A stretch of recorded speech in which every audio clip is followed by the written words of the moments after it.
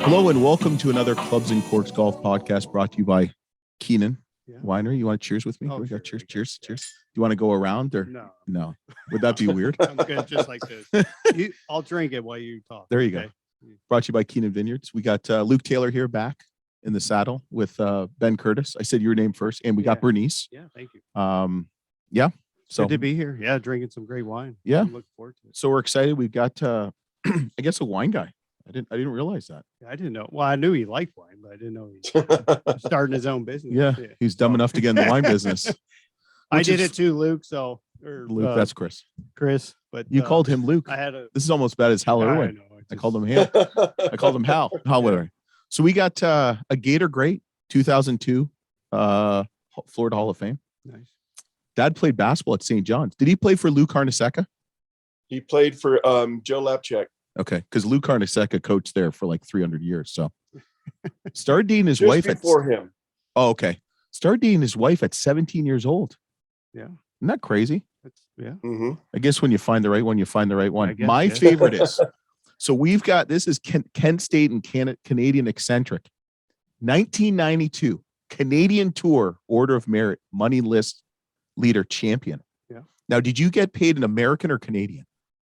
So that's a funny question. So all the purses were Canadian money, but then all the bonuses from Titleist and all that was U.S. money. So it was kind of a sporadic amount of each, but the Canadian dollar wasn't quite up to the U.S. dollar back then. I think it was like 70 cents on the dollar. So yeah, I was liking the U.S. checks a lot better.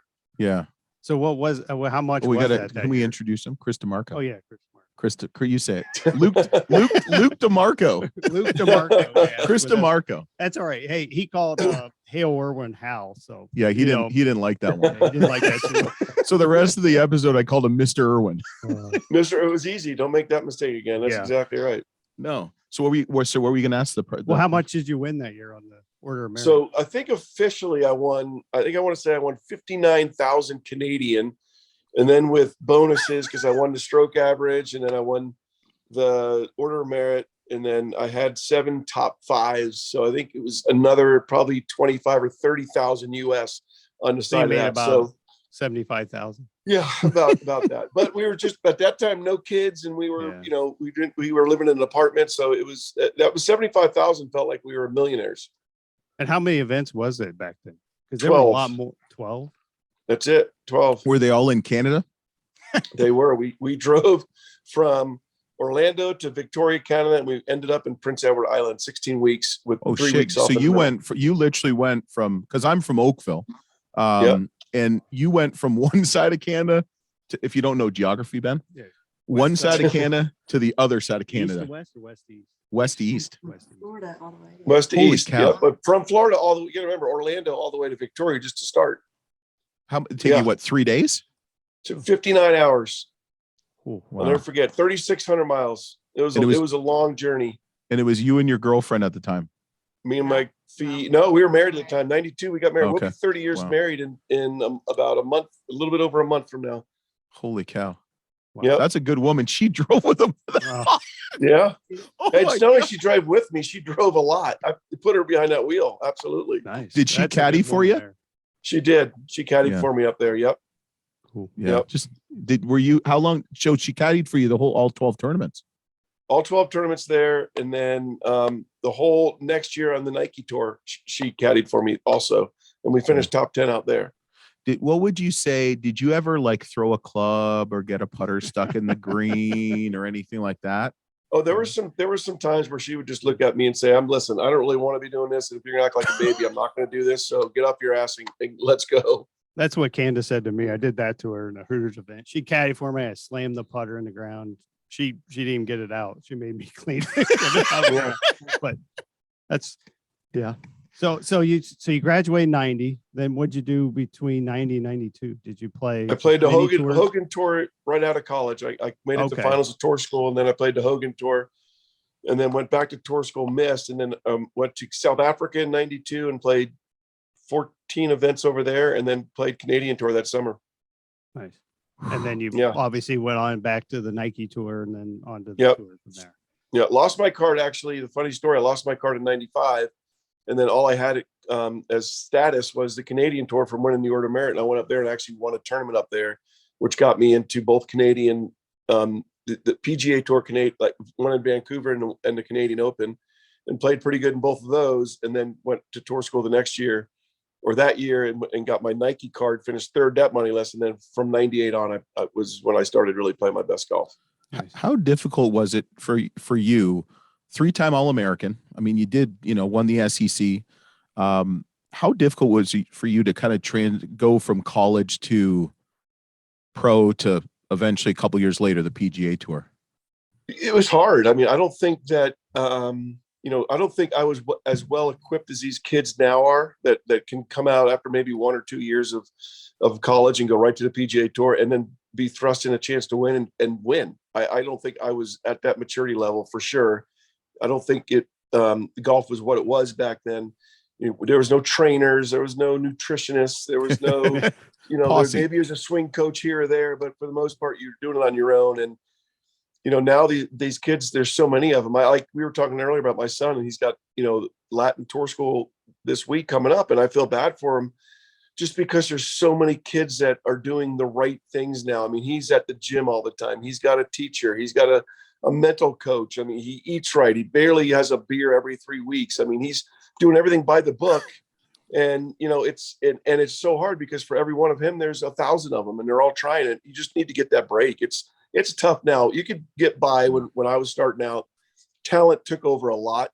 Now all these kids have talent and now they have the work ethic to go with it. It's tough. Well, now everybody tries, right? I mean, the fifth guy or the eighth guy on the Florida Gators is trying to play on tour, right? And totally, whereas when I played, it was maybe a couple guys. I mean, I don't know about you. You guys had a great teams, but we had 2 or 3 guys and that was it. Everybody else was going to school for, they were playing it for fun and obviously they were hoping to get better, but if not, they went on with their lives. So. Yeah, no, you're exactly right. I mean, now it's and most really good players now only go 1 or 2 years, and then so it's they know what their goal is, and their goal is to be on the PGA Tour or the Corn Ferry Tour and make it to the PGA Tour. But you look at kids. I mean, I looked at this week's event, just looked at the leaderboard, and the first 20 names I knew like 4 people. Yeah, like even heard of 4 people. It's crazy. So it's crazy out there. They have the benefit too with social media money now, right? When we came out, I mean, money was a big issue, I think, for a lot of players. And now, I mean, they're all, because of their social media presence and that, and their, the background with their schools, they're getting a lot of support and help, I think. Yeah. So I agree totally. It was for a long time the only sport you could go out there and play 25 events and lose money for the year. Major sport. I mean, and so now, now I think they're making a deal. I think where they said next year. I mean, and I know this is kind of fragmented, but I think they're going to try to give everybody $50,000 just to kind to cover their expenses or whatever it might be at whatever level. Because you should start playing again. Oh, yeah. All for 50,000. I know it's a lot of money, but I mean, I'll go through that. That goes about 10 weeks on the PGA Tour. $50,000. So, but you know what's crazy? So I've got a history in tennis and what have you, and it's kind of the same thing. It amazes me in those 2 sports, more so golf. If you don't make the cut, you play for 2 days, you got to pay for all those expenses, and you don't make a penny. Zilch. And you're paying caddies, trainers, right? I mean, I don't get it. The other thing that I argued too was that one thing that we all play for on the PGA Tour too is retirement, and so you can play the Pro-Am. You're part of the event, and if you miss the cut, you do not get into retirement point. I always felt like if you're part of the event, you should get even if you play the Pro-Am, maybe you miss the cut, you get a half retirement point. You should get something for being there. For being part of the tournament. You were still part of the tournament for whatever capacity you were in. They should take care of you in some capacity. Yeah, I totally agree. I mean, you could go out there, play all year and make 2 cuts, right? and get very little in return, but you could go out and play 20 events and make every cut and make a lot of money. And, obviously that person should get more, but maybe, a little something for the For the effort. But Yeah. for the effort. I mean, The effort. Exactly. I mean, we're awarding in America in this day and age, everybody, you wake up in the morning, you get a paycheck. Oh yeah. And you don't have to work at all. You just sit home. Yeah. Isn't it great? Yeah, it's freaking no. we can get into politics too. I love that. I know no problem there. Yeah, the one thing we don't hit on is religion and politics. Yeah, try to keep that out. Not yet. Has anybody brought that up yet on the podcast? Anybody got kind of dove into Nah, I politics? don't No, think so. no. We could be here for I a think- while. Yeah. Just Yeah. So, senior tour, how's Yeah. that going for you? Is it going pretty well? You know, it is, and it's tough though. I mean, you know, Ben knows that at any level, whatever you play at, golf is a hard sport. And, you know, for me, I took almost 4 years off between 46 and 50. I mean, where I maybe would just play a couple tournaments. So, you know, as far as competitive wise, I wasn't like PGA Tour competitive. And you see a lot of these guys coming out, a lot of these guys that are having success, you know, Mike Weir, KJ Choi, you know, Ernie Els, Retief Goose, and all these guys, and they played right up to 50 and then went right to the Champions Tour. And, you know, now they're playing courses that are maybe 200 yards less than what they were playing on the PGA Tour. Good golf courses. Don't let me kid you. The one we just played in Jacksonville, Timuquana, what a great golf course that was. Richmond or Country Club of Virginia, we just played is a great golf course. Greens being really fast, but you know, a lot of those guys still hit the ball so far. I mean, Mickelson hits it so far and still trying to hit it really far. And you just see these guys. For me, my struggle is that I need to get back to being comfortable on the golf course again, like doing it week in and week out and feeling good out there and just playing like I'm playing with my buddies. I put a lot of pressure on myself, and I got over that hump on the PGA Tour. And when I learned to do that is when I played my best golf. And I know it's in there. You just have to go out and get it done.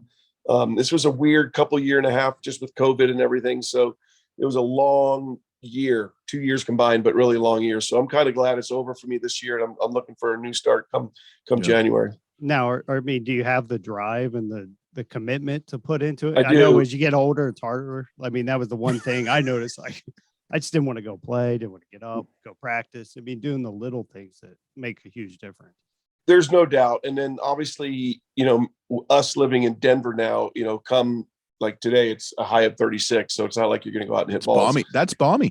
Yeah, it's balmy there. Exactly. So, you know, and we're talking, it could be any time in the next couple of weeks where there's a good foot on the ground. So there's not going to be much golf played, which is why I am going to go to Tampa. You know, again, my son, Christian, he knows my game just as well as I know his. So, I mean, me going down and practicing with him for 2 weeks will get my game right where it needs to be as far as all the things that I need to shore up. I mean, I did that, was it last year in January, we went to Morocco and I didn't practice at all before. And I finished dead last in the tournament. And I stayed behind and Amy went home and I stayed behind with him for a week in Tampa. And we just worked on my game for a week. And so I went from the last group off the wrong tee in Morocco to the last group off the right tee the next week. So, you know, that just goes to show you what like good hard practice will do. And then you have somebody pushing you a little bit with it. So, I mean, I played good. I finished fourth that week. So, you know, I know it's in there. It's just a matter of getting it out and keeping it out consistently. So you say you moved to Denver. What was the reason? Was it just, So I know you guys ski and did that, right? You were, yeah, I mean, snowboarding. lifestyle is part of it, but our middle daughter was living out here going to college at UC Boulder, and our youngest was starting high school. So we figured wherever we moved her, it really didn't matter. We were just moving her to a new high school anyway. And then again, Amanda was starting her sophomore year and Christian had already graduated college and I was turning 50. So I knew that it would be a pretty easy transition as far as that goes. You don't get that move that many times, you know, to have a chance like that, to make a major move like that, you know, and we jumped on it. It's been the best thing for our youngest, going to high school out here and just opening up the world for her. And, you know, again, going skiing. I mean, we get the Epic Pass. We go 20 to 25 days a year, every year. We love it. Right. So It's where do you called play Moving at out Up there? Germany. We had a friend of ours that moved. He's the head pro at Red Rocks now. So I don't know if that's Yeah, close to you. we got lucky to we got in with some really good people and we got to join Cherry Hills. So Oh, nice. Cherry Hills has had major championships, U.S. amateurs. We actually have the 2023 U.S. amateur coming up. Duval's a member there. You know, Peyton Manning, John Elway, Martin Laird just joined. So He's name dropping. it's pretty cool. Must be But- nice. but I'll tell you, it's an unbelievable club. It really is. It's probably one of the most crazy, classiest places I've ever been to in my life. How the hell you get in there? That's it. It took me 10 months. I'll tell you that much. It wasn't easy. Yeah, it's like the Oakmont or Seminole of the West, isn't it? I mean, It's yeah. I mean, it's a pretty special place, but it took me 10 months to get in. Oh. Crazy. so you and I aren't getting in. Well, If we move out well, there, we're you not- have a better we're gonna have chance. to go to You Red have Rocks. you have a better we'll chance have of to go getting see than me. Ronnie at Red Rocks. To be like, no, sir. Yeah. But I mean, you won a couple times on the tour. And Yeah. they wouldn't let you in. Well, they let me in. It's just a process. Yeah. And then it was the first time I ever had to write a check to join a club too. So that was a process too for me. That was and no equity. Here's your check. Goodbye. That's what that one was. So Really? it was, yeah. And then a month later, we got assessed 30 grand for a clubhouse project. So it was great. Like, welcome to the club. Give me 30 more grand. Perfect. Thanks so much. Now you're rolling with peons like me. Uh, Oh my God. we are a small minnow in that lake pool. I can promise you at that place. Let me ask you something. How much do you like Tiger Woods? I love Tiger Woods. Oh, really? Absolutely. Especially I love him for at the the game, and I love for Okay. how much money he made me in the game, because Yeah. we were playing for pennies on the dollar compared to what they're playing for now, and that's all because of Tiger. I just wonder because the 2005 Masters and the 2006 Open. Yeah, well, those were two epic battles. Yeah, right? that's what I'm saying. I mean, like those when were- you think of, some of the greatest wins Tigers had, you're just on the unfortunate side of it. But that was Ben, like is anything. I mean, as long as you like, for me, I can hang my head high because I played good down the stretch in both of those, and I just got beat by Tiger Woods. right. So as long as you do what you can, I mean, and as you know, it's hard to win in the PGA Tour because no matter how good you're playing, somebody's playing just as good, and it really depends on breaks by that time. Maybe a lucky kick here, a lucky kick there, a 30-foot putt unexpected down the stretch or something. That's what it takes to win tournaments. And Tiger just had that uncanny ability to do it all the time. Yeah, and in the right moments too, right? And in the right I mean, moments. that, Yeah. I mean, he just always did. And I tell kids, and I work with kids now, and I tell them all the time, you cannot control what somebody else does. You can only No. control what you do. And whether you could play your best round or your best tournament and still lose. I said, Yeah. you can play very average, you feel like it, and win. Like, that's the beauty of the game. So you can only control what you do, not what everybody else does. So, Exactly. so that's, I mean, you got to hold, I mean, we've all lost tournaments, right? We've all lost close tournaments. And man, I could, if I would have done this or hit this shot here and there, but you can't, you got to look at all the good that you do and, hopefully Totally. carry it on, because you lose way more than you ever win in golf. Well, and think about that sport. Yeah. Think about it. Think about Yeah. Phil Mickelson, who wins at 5% of the time that he tees it up, and he's a all-time Hall of Famer, probably top 6, 7 guy to ever play the PGA Tour. Yeah. And he wins at a 5% clip. That's pretty amazing. I think that's amazing. Like they're ripping on Rory McIlroy. He's lost it. He can't win. I'm like, I mean, you've said many of the times, anybody can win in any, given weekend. You just got to put 4 rounds Never together, know. right? Yeah. I mean, of the 3 wins you had, I mean, obviously you're playing well, but probably did the first one, did it come out of nowhere, or the second one? I mean, The first one was a good first one. I won by 6. So that one and then the next one I won in the playoff. And then the next one I beat Kenny Perry by a shot. So, Yeah. No matter, other than the first one, the other 2 were right there, and then when I won in Abu Dhabi, it was the same thing. I beat Stenson by a shot. So, no matter how good you're playing, there's somebody playing almost as good as you. It's kind of crazy. Mm-hmm. that's what I know you've been out there, and sometimes it's set up is a little questionable, but it doesn't matter how they set it up. Someone's going to play well. I mean, Yeah. you just, Totally. someone will do it. They're Yeah. so good, and somebody else you will. Okay. The only question I want to ask you, and then he can talk all you want. So we had Jason Day on the podcast, first ever interview. So you came second in the PGA Championship Whistling Straits. How great were their showers? Oh gosh. Yeah. They were the best.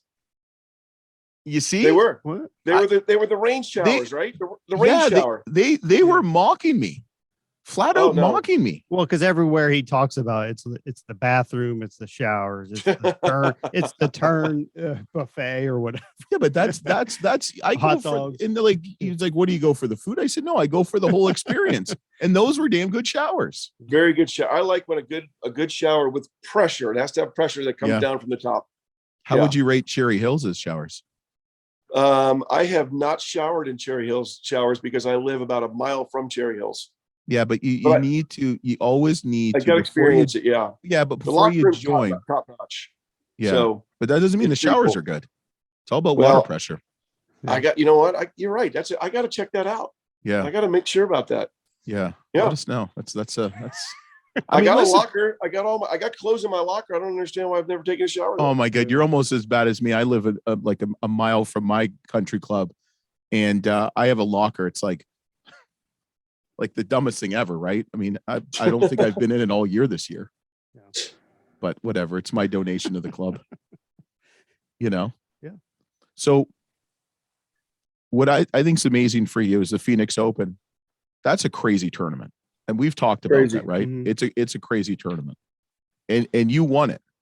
What was I that did. experience like? I mean, is it anything like it is now? I mean, obviously, I don't want to reference the whole Noonan the comment, but I mean, someone yelled it while you were putting and you sank the putt Right. and you got him kicked out too, which is probably deservedly so. This was before. I mean, it was still an arena type atmosphere, but it was still before all this stuff was built. Mhm. So it was an arena, but there was no structures to make it an arena. It was still crazy.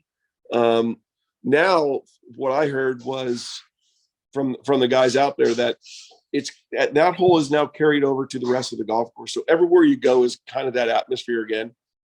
And you know, I know it's one tournament a year, but that kind of atmosphere, I mean, it used to be one hole a year that you could deal with 4 times and you're fine with, but I couldn't imagine playing 10 holes like that 4 days in a row. I mean, it just would wear on you. Yeah. Do you think there should be more tournaments like that on the tour? Or no. No, no, I don't. I think again, because I like when you go watch like the British Open. I mean, the fans over there, even the Ryder Cup over there. I mean, the fans they're rooting for who they're rooting for, but they're respectful. Where unfortunately, the Phoenix Open, they're not respectful. They just want to be heard. Yeah. You know, they're inebriated and all they want to do is be loud and make comments. And I mean, it's not what it's. They'd rather see you hit a bad shot so they can boo you than you hit a good shot. Yeah. Well, it's like the only hole you can get booed and cheered on at the same time. Yeah, totally. You know, so like obviously you played on Ryder Cup, President's Cups. You know, I played in 08 and we played at Valhalla. It was an awesome experience. But the one thing I always wished was to experience it over in Europe. So was it 04 or was it 06? And 06 would have been in Europe, right? 06 was the K Club, yeah. The K Club. So what's the difference? I mean, is there a big difference or is it between you know, the two? I mean, what they do when you go over there is like the course setup was completely different. I mean, it was really wet, and then 2, the greens were 7 on the stump meter. I mean, they slowed them down so much because they know that, you know, we're used to putting on fast greens. Right. I mean, it was smart on their part. I mean, why not make the conditions like most of the guys that are on the team play all the time? And you know, but their fans were great. I mean, you hit a good shot, they cheered for you. If you hit a bad shot, they didn't like cheer that you hit a bad shot. They just, you know, they were rooting for their team, but they were also understanding and appreciating a good shot. So where, you know, our people are just yelling whatever they can yell to try to get in the other team's heads. Yeah. Ours are more like a football game. You know, theirs is more like a tennis match. Can you imagine the Ryder Cup at where's it going to be in New York City at Bethpage? How's that going to be? That's going to be great. I just remember, what was it, the 2000? I love it. The 2002 U.S. Open when they were counting Sergio's grip Oh waggles. God, Yeah. that was there's 1, 2, Yeah. 3. Because where were your President's Cup? Was the one over in DC? One was in Virginia, and then the other one was, the first one was at Leopard Creek in South Africa. Oh wow. Yeah. And that was the tie. We tied that one, and then we won the one at Because you had the winning putt though, right? No 05. I made the putt that clinched it, but I mean, it was a complete team effort that week. We all played great that week. Yeah. Did you And have? Do you have that like was 18 Nicholas, hands? right? Yeah. Nicholas was your Wow. captain, right? Both that- of my President's Cups. Oh, Nicholas they was my were. captain. Okay. Yeah, which is What- really cool. Why don't you see more captaincies? Like Steve Stricker did a good job. Why wouldn't you see him in 2 years captain again? Why do they keep rotating it? I don't know. I mean, Well, Chris could right. obviously do it, right? Yeah, I we mean, could. you'd I be would a love to perfect do it. candidate. I would love to do it. Right. You know, the thing about it is that they've gotten this, to me at least, you know, they've gotten this formula, so to speak. So now they have the same 5-6 guys that are kind of just rotating, whether it's Stricker or Jim Furyk or Mickelson, Zach Johnson, Fred Couples, Davis Love. It's just kind of the same mix of guys. That way the players are used to the same guys. And it's kind of what the Europeans ran off for years and years and years. So, Yeah. you know, I every year, whoever gets called in, I text them and I say, listen, in any capacity, I would love to be part of it. I'll be the towel boy if you need it. I don't really care. Yeah. I'll be the water runner, whatever it would be. Yeah. I just love to be part of it because I love that atmosphere. You know, but they've kind of got their little group of guys that they're kind of just rotating in and out. Yeah. Who do you want us to get rid of for you? I just make room for me. Nobody has to get kicked out. I just need room God, in there. why do all the five all the captains and vice captains have food poisoning? They cannot get out of the toilet. Oh, maybe we should call Chris DiMarco. Yeah, that'd be great. I love that. No, I right. don't want him to get too sick though. I just, you know, a little bit. All right. Enough with this golf stuff. Tell us a little bit about your wine thing. You're That was going to be the second part of the episode, dude. Oh, wow. Can Yeah, you just You wait didn't. for You it? didn't like write notes or tell me. So Well, you know these things. All right. you want to do your 3 We got to do a quick spiel. Then we're going to talk about wine. Okay. Okay, go ahead. Okay. So watch him. Right. He's very good. This is He's what doing it right happens when here. you retire from golf.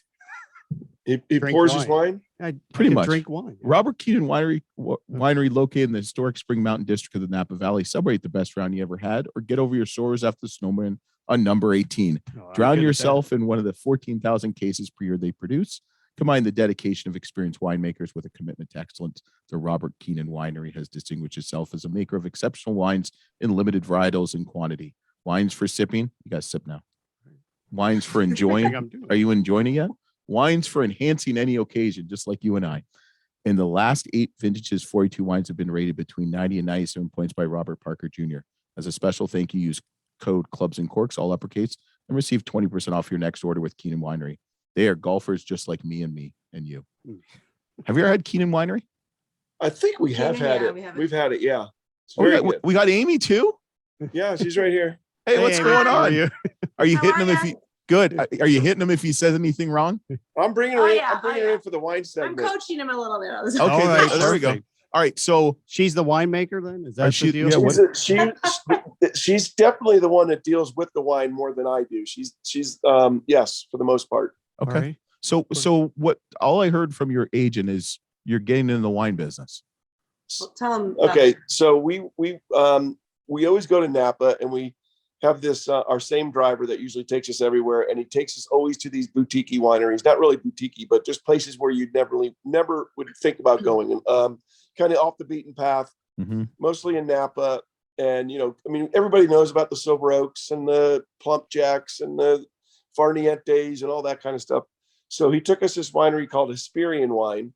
Mhm. It's a French winemaker named Philippe. He's a great guy. Philippe Great Melka. wine. Huh? Philippe Melka.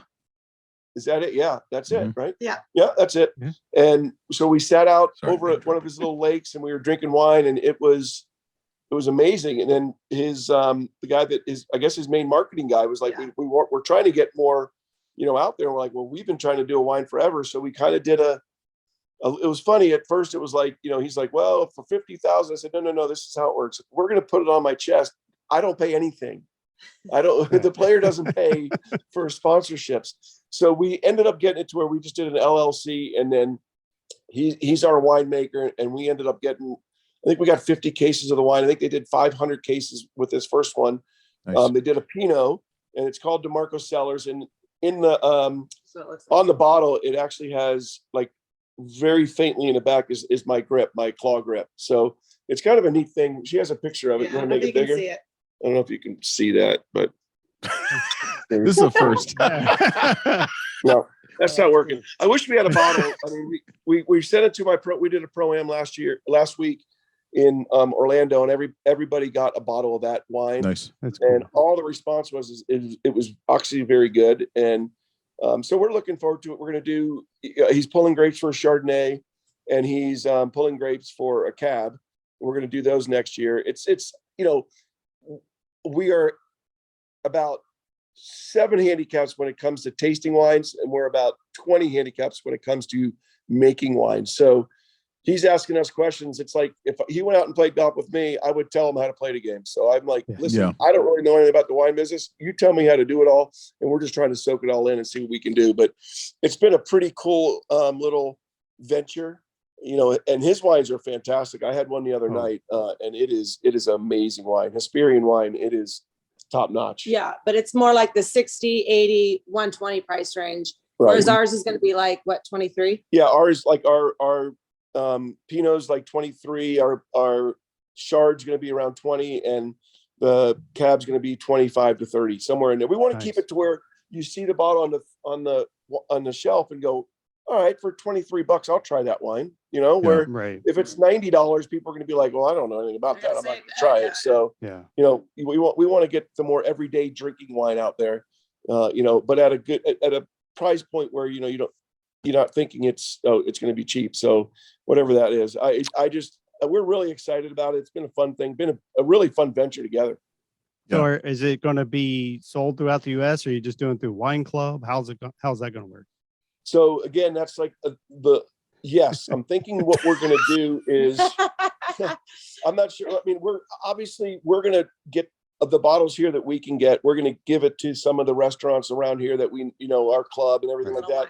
And then if they enjoy it and they like it, then obviously they'll call up Hesperian Wine and they'll order through Hesperian Wine. So we're basically going to go and, just kind of drive around and try to sell our wine to these people. And then hopefully they like it and they sell it. And, obviously there's not many cases, only 500 cases, but if we could get it out there and get a good name for it, you never know what can happen. This is going to be, this is going to be a 10, 12, probably 15 year, hopefully endeavor that we get into. And then hopefully by then we're making, just like him, more than 500 cases. Yeah. just like him. So we did a line, it's called Fairway and Vines. We did a Chardonnay and a red blend. And it like same with you. It's a 15 for the Chard, 20 for the red. We were in 14 states and then the pandemic hit and boom, we started with 2,000 cases. And then basically we went back to just Ohio. But I mean, I love to get back into it. And we did two. We did 2 vintages. You do want to get back into it? I You mean, you made it sound like you Candace did. wants, but with the pandemic, I mean, but you obviously have a great relationship with your winemaker, with Philip and the Philippe. winery, Philippe. It's Philippe. Philippe. He'll tell you it's Philippe too. Yeah. So, Philippe in the state of Ohio, my distributor is they carry the same wine. So it carries all Milka's wine. So And, Ben, where did your grapes come So from? ours came from Mendocino County. So just up north of Sonoma there. I don't know if you heard of Parducci, Rich Parducci. Yeah. Yep. So Parducci. So that was how. And so I was going to mention, like, if you ever get it, go put it together yourself, like the blending and stuff. If you do a blend, it's so much fun. Yeah. And it's really cool experience. You really find out. I mean, you need help, right? We had 8-10 people in the room with Candace and I, but just to put it together, it's a lot of fun. And, just because you think you like this Cab and this Merlot, it doesn't necessarily mean they're going to go to well together, especially when you put a blend. But it's really cool to figure out the science behind it. Well, this is real tannic. Okay, so you need to add something a little more acid into it to kind of even it out, cool. balance it Yeah. out. So it's really cool. Thanks for inviting me. Well, this was before I really knew you. This is before I knew you. Especially with So- my expertise, I could have helped you. Yeah. He's laughing at me. You don't even know what I do for a living. Yeah. It seems like you'd like to pair food with your wine. Yeah. That's what it Are you calling me overweight? I am not at all. I'm a wine distributor. That's awesome. Wow. Well, good. We'll send you a couple bottles of ours. Well, Yeah, if we'll you never see. need help in Ohio, he's your man. I hate my business. I'm just kidding. That's Well, the we need 5-letter word, COVID. Yeah. Well, we'll COVID. send you a couple bottles. You can tell us what you think. Okay, Yeah. I'll be honest. No, I'll be good. Yeah. But no, that's exciting. That's really exciting. Yeah, it's cool. I mean, obviously you Yeah. had a passion for it, right? Who's the wine Yeah. drinker? Yeah. Is it both of you or was it more? Both, so it's both of us, but our Pinot, so I'm not a real big Pinot person, either is he. So this Pinot, it tastes more like a cab. It's very Okay. smooth. Okay. Yeah. So So, it's- you know how you market that? It's a cab lover's Pinot. Exactly. I like that. Yeah. There you like go. it. See, you should have asked me these things. I could have given you free advice. Well, Like your first label. Yeah. Your first this label. was 6 years ago too. Like Chris, like we just met a we week had ago. a 15 and a 2016 label. Yeah. Yeah, we just met a week Yeah. ago. Yeah. So let me ask you this: what are some of your favorite wineries you like to go to in Napa? So, Put you on a there's a spot. really good one that's on Howell Mountain called Vinoche. Yep. I don't know if you heard of it. Vinoche in Italian means wine nut. The one that we always is so consistent. We're part of the club is Frank Family. Frank Family Vineyards is always great. We love the Chard there. The Chard is probably the most consistent Chard we've ever had for $25 a bottle for everyday drinking. It's really good. John Anthony is another really good one we enjoy. Yep. What else we like? I found a Chard that is, to me, blows any Chard I've ever had, for me at least. It's called V12, and it's Mhm. Jimmy Nasser. It's the IndyCar driver, Okay. and it's his vineyard, obviously V12 for the car, but his Chardonnay it's shockingly good. It's amazing. What other ones we like? Have you heard of 1111 wine? It's a new one out It's there. a No. new one. It's like 6 years old. It's really, No. really good. It's more, the tasting room's more in the downtown Napa area. It's really Okay. good. Okay. It's amazing how many wineries are physically located in Napa, and how many wineries have like a tasting room and or just have Napa on the label. I mean, I think there's like 1,200 Right. wineries with Napa, but and it deservedly so. There's no land and it's expensive as hell. So Right. Right. Do a lot- Yeah. go ahead. Go ahead. No, you please. What was the one place where we had that awesome view when we went to lunch? Everywhere. Went to lunch. Everywhere, I know, exactly. Jeez. Jeez. We went to Spring Mountain. Oh, Spring That's Spring great, Mountain's really good. Yeah, that was Keenan. really good.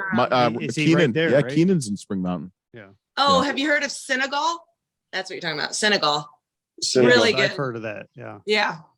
that was really good I too. don't know But that. there's so many. I mean, that's the thing. Like, if you get a driver that knows the area, and you just say, "Hey, I don't want to," we can go to Plump Jack and Silver Oak on our own. Take us to some place we wouldn't know about. And normally, what they do is we'll have lunch there, and it'll be this huge charcuterie board and Mhm. and pairings and everything with it, because that's what people. I mean, that's what really got us into wine. It's more about the pairing of the food that goes with it, the Pairings, yeah. cheese and the, Mhm. try this, piece of chocolate with this, this cab, and it's like you go, wow, that just the experience even opens up the palate even more. Yeah. I'm sorry I didn't bring any chocolate or charcuterie board for you. I got some in the car. So We'll get the experience. Yeah. So is wine very prevalent more in the senior tour than it was in the PGA tour, Oh my God. especially Oh nowadays? my gosh, yes. I mean, I'm asking for a friend. if you go to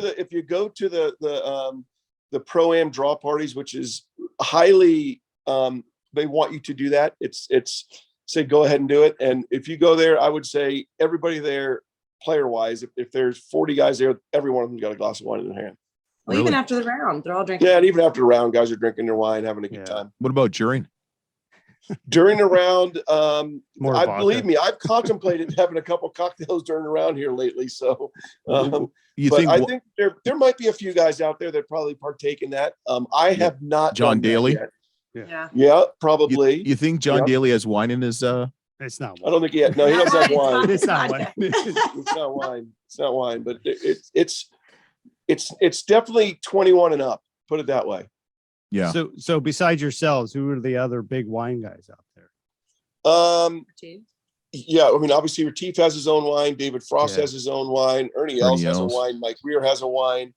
Mike Weir used to have a wine. He doesn't make it anymore. He doesn't make it anymore. Yeah. He's I still still have a working. bottle of his, by the way, like a 2000 a Magnum of his that they gave us at the Canadian Open in the box, Oh, which is kind of crazy. yeah. It's box wine.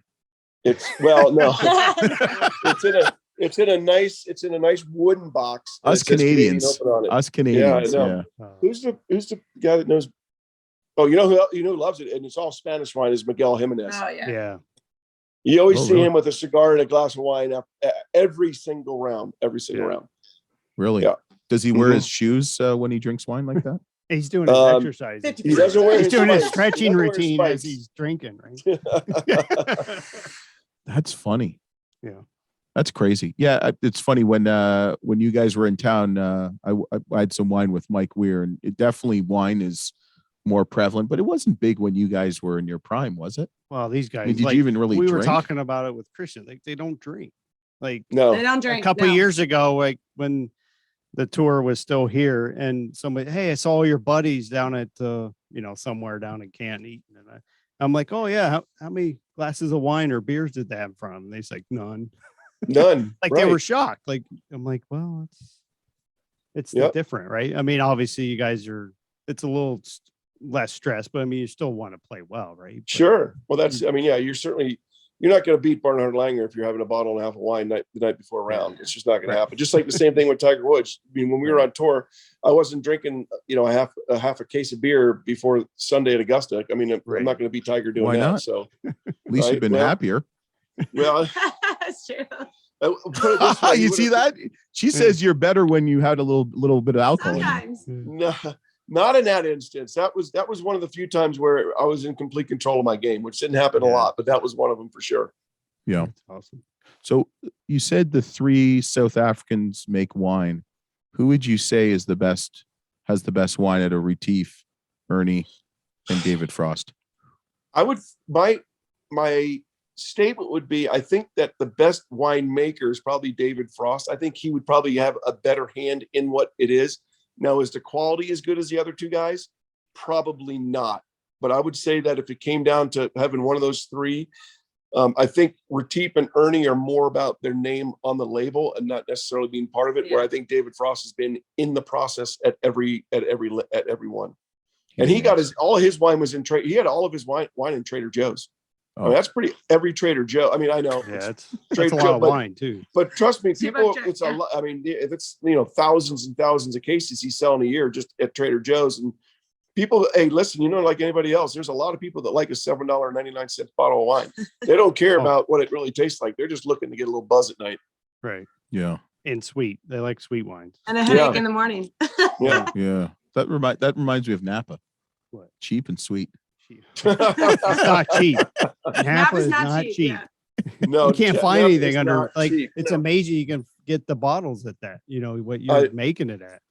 I know. Yeah. It's crazy. You're right. It's Are they unbelievable. are they wine grapes or are they table grapes? Oh, good question. I That's a think they're joke. wine I'm grapes. joking. They're wine grapes. They don't I was gonna say, what's the I'm glad. difference? Did I answer that right? What's By the the way, difference? Hey, if you pulled them off the vine, they taste great on your table. Doesn't matter what. Exactly. They taste great. Oh, Oh man. you got anything else to add? No, that's Should we go good. to I think bonus? that's awesome. So good luck in that adventure. Thank you. And, Yeah. I look forward to trying it sometime. Yeah. Yeah. And you're going to stick Yeah. around because we got some a little Okay. Patreon site with Chris DiMarco and his lovely bride. We'll get her in there too because maybe we'll get some questions. Remember to rate, review, share, subscribe, whatever the hell we do. Thumbs up. On Yeah, me, can you right? just- yeah, do the Arnold thumbs up, Palmer, right? Yeah. Thanks to Keenan Phil Winery and Mickelson. Yeah, No, the Phil Phil. Mickelson. Yeah, the now Phil. it's the Phil. The Phil, Phil's yeah, the taking Phil it over. Mickelson. Yeah. So thanks for watching and listening to the Clubs and Courts podcast.